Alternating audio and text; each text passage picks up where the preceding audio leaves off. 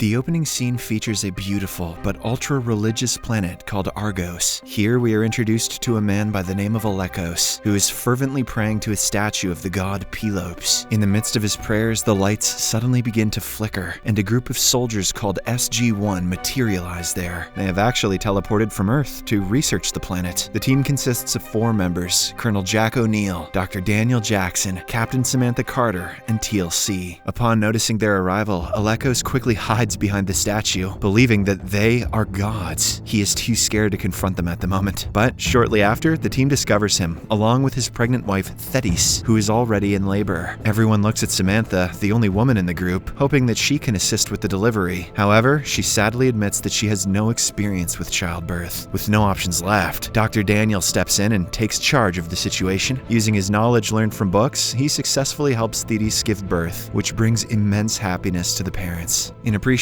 they invite the team to their village, where a grand celebration is in full swing. To the group's surprise, all the people of Argos are extremely good-looking, with exemplary features. Amidst the festivities, a young woman named Kynthia catches the eye of Colonel Jack O'Neill, as she appears to be smitten with him. Kynthia offers Jack a peculiar cake, which he consumes alone, and starts hallucinating. She then proceeds to perform an elaborate dance for Jack, before taking him to her bedchamber. These aliens know how to party. While the two are getting intimate, the other villagers abruptly enter the room and inexplicably fall unconscious. Even Jack, who seems to have just snapped out of the intoxication, is left baffled by the occurrence. Before too long, he loses his consciousness like the other villagers. Samantha, upon observing the strange incident, deduces that there may be something in the Argosians' diet, particularly the food that was offered exclusively to Jack, which caused him to pass out alongside the natives. As soon as the sun rises, the entire village as well as Jack awakens at exactly the same time, as if it were a customary occurrence for the Argosian people. However, the soldiers are left in utter disbelief when they realize that the baby they delivered the day prior is now walking around as if he were a 1-year-old child. Puzzled by the abnormality, SG-1 delves into the matter and discovers that the inhabitants of Argos possess an incredibly short lifespan of only 100 days. Remarkably, an entire human lifespan is compressed into this brief period, causing them to age at an accelerated rate. Maybe they should stop partying so much. Upon making this discovery, SG-1 is struck by a sudden realization that Jack, who had physical contact with Kynthia the previous evening, has also been affected by this phenomenon. So now, they will have to quickly unravel the mystery behind this peculiar trait and save their friend before it's too late. Later, as the group is looking for clues inside the temple, they stumble upon an ancient script inscribed at the base of Pelops' statue. It shockingly discloses that the Argosians are part of an experiment conducted by Pelops, the so-called ancient Greek hero. It turns out that he had an interest in humanity's evolutionary development and chose the Argosians as subjects for his experiment. Through a virus that he had introduced into their blood cells, Pelops caused the Argosians to age at an incredibly rapid rate. As the team delves deeper into the matter, they discover that Pelops left the planet before his work was complete, leaving the Argosians to face the consequences of his experiment. Later that day, Colonel Jack orders the rest of the team to retrieve blood samples from him and the natives to conduct further analysis on Earth. They are a bit hesitant to leave him alone, but when he assures them that he'll be fine, they agree. After reaching the Stargate lab on Earth, Samantha, along with a lab expert, conducts numerous tests on the blood samples and eventually discovers the presence of nanomachines, which are responsible for the accelerated aging process. After this, Samantha returns to the Argosian planet, where she finds Jack in a much older and fragile state than before. This makes her realize that he is aging much faster than the other Argosians, because the virus is compensating for the 40-something years he has already lived. Jack has received an STD known as nanorrhea. Based on her calculations, she predicts that Jack will die within just a few weeks. Fearing for his life, Samantha urges him to accompany her back to the Stargate headquarters on Earth for treatment, but he refuses, saying that he cannot risk the lives of other people there. Instead, Colonel Jack orders his team to return to Earth and work on finding a cure for the virus in hopes of saving his life. In the following days, his rapid aging continues to take a toll on him, causing him to transform into an irritable and grumpy old man, complete with gray hairs and wrinkles, as well as an inability to figure out how email works. Jack is frustrated by his new situation and vents his anger on the visitors who come to the temple. Despite his struggles, he attempts to write a letter to his ex-wife Sarah, but fails to find the right words after only writing,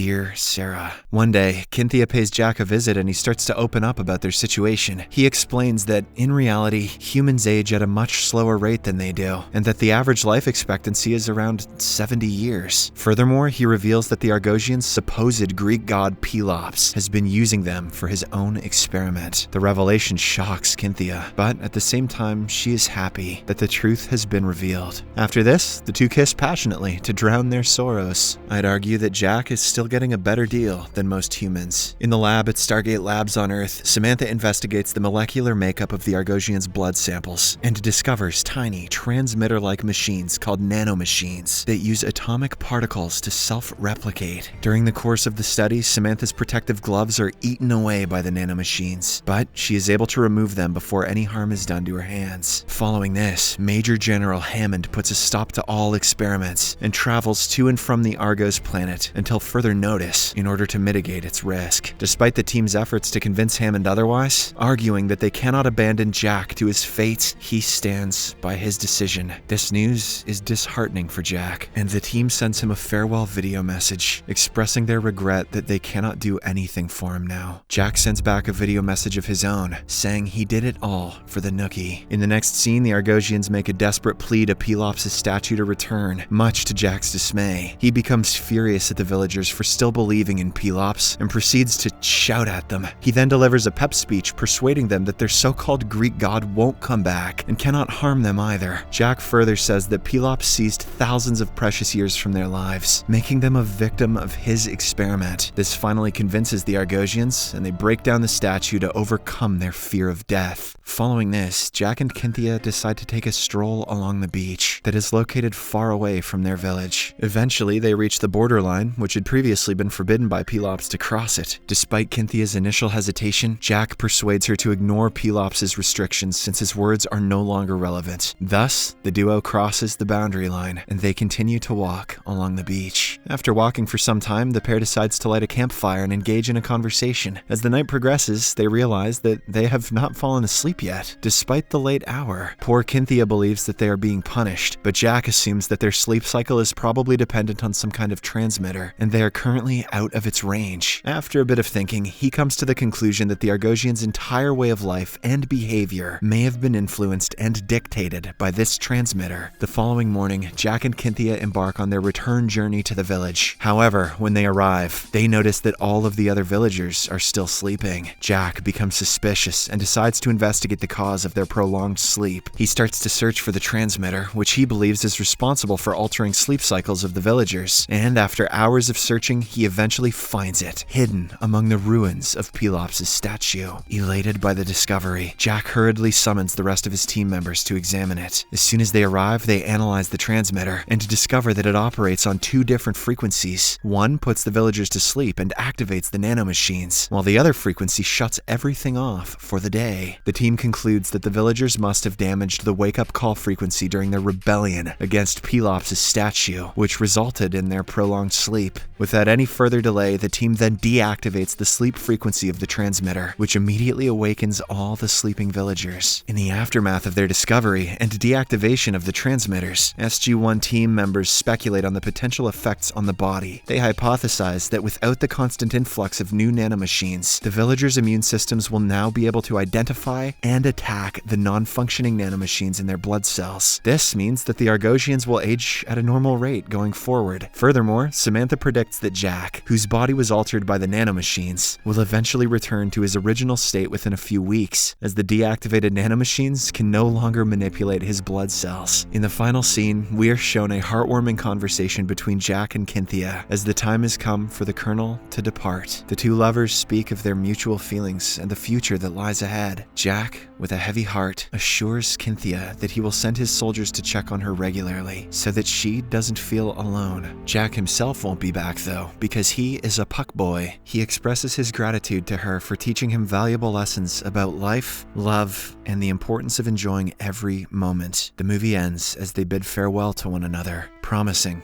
to meet soon. Subscribe for more videos like this, turn on notifications, and leave a like to help the channel out. Thank you for watching.